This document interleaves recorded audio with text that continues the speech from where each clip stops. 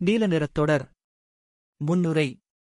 ஒரு நீண்ட அனுபவத்தை, தன்னுடைய பயணத்தை ஒரு தியான செயல் வடிவத்திலிருந்து இதை எல்லோரிடமும் தெரியப்படுத்த வேண்டும். இது காலத்தின் கட்டளை. காலத்தின் ஆணையை நிறைவேற்றவே இந்த புத்தகம். இந்த புத்தகத்தை படிக்கும் ஒவ்வொருத்தருக்கும் ஒவ்வொரு விதமான புரிதல்கள் ஏற்படும். அந்த புரிதல் உங்களுக்கு ஒரு அனுபவமாக மாறும். அந்த அனுபவம் ஒரு பயணமாகத் தொடரும்.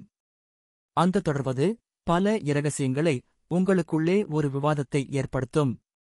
அந்த விவாதம் இந்த உலகம் உருவானதைப் பற்றி, அதை ஊடுருவி, அதற்கு உள்ளே நாமா, இல்லை அதற்கு வெளியிலே நாமா, அதை தெளிவுபடுத்த இந்த புத்தக எழுத்து தொடர்கள் உங்களுக்கு உதவியாக இருக்கும். உள்ளே செல்வோம். விவேகானந்தர் தொடர். விவேகானந்தர் சுவாமி என்று அழைப்பார்கள். தத்துவமேதை என்றும் அழைப்பார்கள்.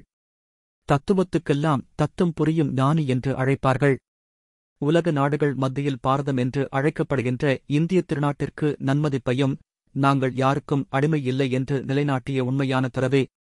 இந்தியாவை உலக நாடுகள் மத்தியில் ஒரு உன்னதமான ஆன்மீகக் கலைக்குச் சொந்தக்காரர்கள் என்று வழிகாட்டியாகவும் முன்னோடியாகவும் செயல்பட்டவர். இராமகிருஷ்ணர், சாரதா தேவி, பெரும் மதிப்போடு வணங்கக்கூடிய காளி இவர்களால் ஆசீர்வதிக்கப்பட்டவர். இந்தியாவிலேயே பிற மதத்தைப் பற்றி நன்கு அறிந்தவர். கிறிஸ்தவத்தையும், கிறிஸ்தவத்தில் இருக்கின்ற பைபிளையும், அதற்குள்ளே இருக்குகின்ற மாதா இயேசுவைப் பற்றியும் ஒரு கிறிஸ்தவரால் கூட அறிய முடியாத அரிய செயலை அறிந்தவர் விவேகானந்தர்.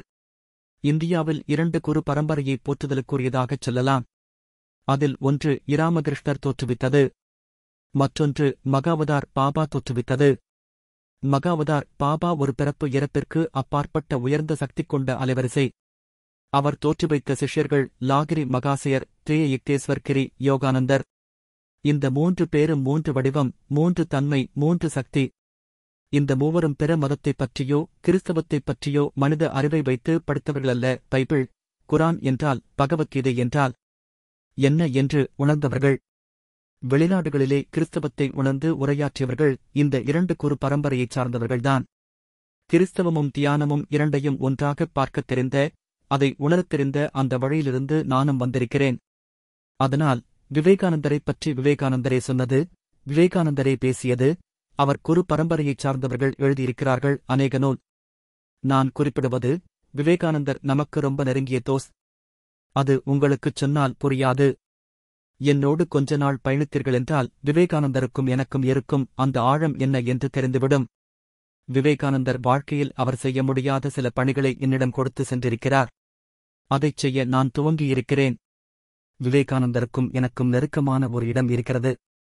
ஒவ்வொரு மனிதனுக்குள்ளேயும் உடலுக்குள்ளே உயிர் இருக்கிறதல்லவா, அப்போது அந்த உடல் ஒரு இடமாக மாறிப்போகிறது. அதுபோன்று எமக்கும் ஒவ்வொருத்தருக்கும், விவேகானந்தருக்கும் உயிராக இருக்கக்கூடிய ஒரு இடம், இந்திய பாரம்பரியத்திலே மதிக்கக்கூடிய ஒரு இடம், 3 கடலும் சங்கமிக்கக்கூடிய ஒரு இடம் கன்னியாகுமரி. கடலில் கரையிலிருந்து வெகு தொலைவில் ஒரு பாறை இருக்கிறது. அந்த பாறை ஏகன், அநேகன் என்று அழைக்கப்படக்கூடிய ரொம்ப நுட்பமான தியானத்திற்கே தியானம் சொல்லிக் கொடுத்த, எல்லாத்துக்கும் உரிய ஒரு ஆசான் அந்த பாறையில் அமர்ந்து தியானம் செய்து கொண்டிருக்கிறார். அவர் பெயர் வெட்டவெளி ஆசான். உலகம் தோன்றியதற்கு முன் தோன்றியவர். முதல் வித்து. அவர் தியானிக்கிற எங்கள் அனைவருக்கும் சொத்து. அப்படிப்பட்ட அந்த அதிசயம் நிறைந்த பாறையில் மேற்கு வங்காளத்தில் பிறந்த விவேகானந்தர் தமிழ் மரபில் இருக்கக்கூடிய இந்த கன்னியாகுமரிக்கு வர நேரிட்டது. அந்த பாறையைக் கண்டவுடன் 2 பார்வையை இழந்து 3ஆவதாக ஒரு பார்வை தெரிவது போல் உணர்ந்திருக்கிறார். அங்கு போவதற்கு பல முயற்சிகளை எடுத்திருக்கிறார். ஒரு படகோட்டியை அணுகியிருக்கிறார். அந்த படகோட்டியோ அவரிடம், அங்கு அழைத்துச் செல்ல வேண்டுமென்றால் இவ்வளவு ரூபாய் பணம் வேண்டுமென்று சொல்லியிருக்கிறார். பணமே இல்லாத விவேகானந்தர் என்ற துறவி நிஜத்தை மட்டுமே பேசுவதற்காக பிறப்பெடுத்த விவேகானந்தர் பணம் இல்லை என்ற நிஜத்தைச் சொன்னார். படகோட்டி அங்கு அவரை அழைத்து செல்வதற்கு மறுத்துவிட்டார். ஏகன் அநேகனைப் பார்ப்பதற்கு கால தாமதமின்றி கடலில் குதித்துவிட்டார். இதைப் படிப்பவர்களுக்கு, அவருக்கு நீச்சல் தெரிந்ததா என்ற ஒரு கேள்வி எழலாம். அவருக்கு மனமற்ற நிலையில் அந்த பாறை மட்டுமே தெரிந்தது. குதித்தார், பாறையைச் சென்றடைந்தார். அங்கு அமர்ந்து முற்றிலும் உலகத்தையே துண்டித்துக் கொண்டு ஏகன் அநேகனோடு கலந்து தன்னை மறந்து தியானத்தில் ஆழ்ந்தார். 3 நாள் உள்ளே சென்று தியானத்திற்குள் வெளியே வந்தார். வெளியே வந்த அவருக்கு அமெரிக்காவிற்குச் செல்ல வேண்டும், அவர் என்னென்ன பணி செய்ய வேண்டுமென்ற அந்த உன்னதமான அவருடைய வேலை அனைத்தும் ஒரு பதிவேற்றமாக அவருக்குள் ஏற்பட்டது. அதுதான் விவேகானந்தர் சிக்காகோவில் பேசும்போது முதல் கரகோஷம் எழுந்தது வெளிநாட்டவர்களிடமிருந்து.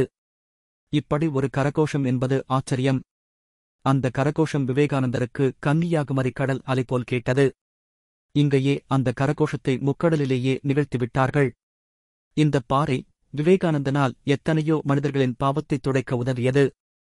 இந்தப் பாறை பாவம் செய்த மனிதர்களுக்கு அதை சரிசெய்து கொள்வதற்கான வாய்ப்புகளை உருவாக்கிக் கொடுக்கிறது. விவேகானந்தருக்கு எப்படி இந்தப் பாறை அவரை பலப்படுத்தியதோ, ஒரு படிமேலே போய் என்னை இந்தப் பாறைதான் பிறக்கவே வைத்தது.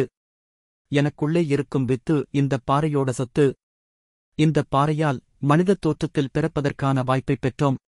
மனிதத் தோற்றத்தில் இருந்ததினால் தன்னை யார் என்று தெரியாமலேயே கீழ்நிலையில் சுற்றித் திரிந்தோம். மீண்டும் தியானம் கிடைத்தபோது இந்தப் பாறையைப் பற்றி உணர்ந்து கொண்டோம். இந்தப் பாறைக்கு வந்தபோது ஒரு அனுபவத்தையும் மாற்றத்தையும் சந்தித்தோம். மீண்டும் மீண்டும் இந்தப் பாறைக்கு வர நேரிட்டது. ஆன்மா அருங்கோணச் சக்கரம் என்ற பெயரில் பல்வேறுபட்ட ஊர்களில் கட்டணமில்லாத தியானத்தைச் செய்வதற்கான வாய்ப்பு இந்தப் பாறையிலிருந்துதான் கிடைக்கப் பெற்றோம். நம் அனுபவம் பெற்றிருந்த இடங்கள் ஏராளமாக இருந்தாலும் நம் முதலில் உருவான இடம் இந்த கன்னியாகுமரி பாறை. விவேகானந்தருக்கு எப்படி பணியை வரையறைப்படுத்திக் கொடுத்ததோ அதேபோல் இந்தக் காலகட்டத்தில் இந்தப் பாறையைப் பற்றி முழு இரகசியத்தையும், நாம் எந்த பணிக்கு வந்தோமோ அந்த நோக்கத்தைப் பற்றியும், நாமும் வெளிநாட்டிற்குச் செல்ல வேண்டுமென்ற செய்தியையும் இந்தப் பாறை கொடுத்திருக்கின்றது. இன்றைய சூழலில் இந்தப் பாறை ஒரு சுற்றுலாத் தலமாக செயல்படுகிறது. அது வருத்தத்திற்குரிய செயலாக இருக்கிறது. அவதாரத்திற்குரியவர்கள் இங்கு வருவதும் செல்வதுமாக இருக்கும் இந்த இடத்தில் சாதாரண மனிதர்கள் இங்கு வந்து பொழுதைக் கழிப்பது அந்த இடத்திற்கு நாம் செய்யும் நல்ல காரியமாக இருக்காது.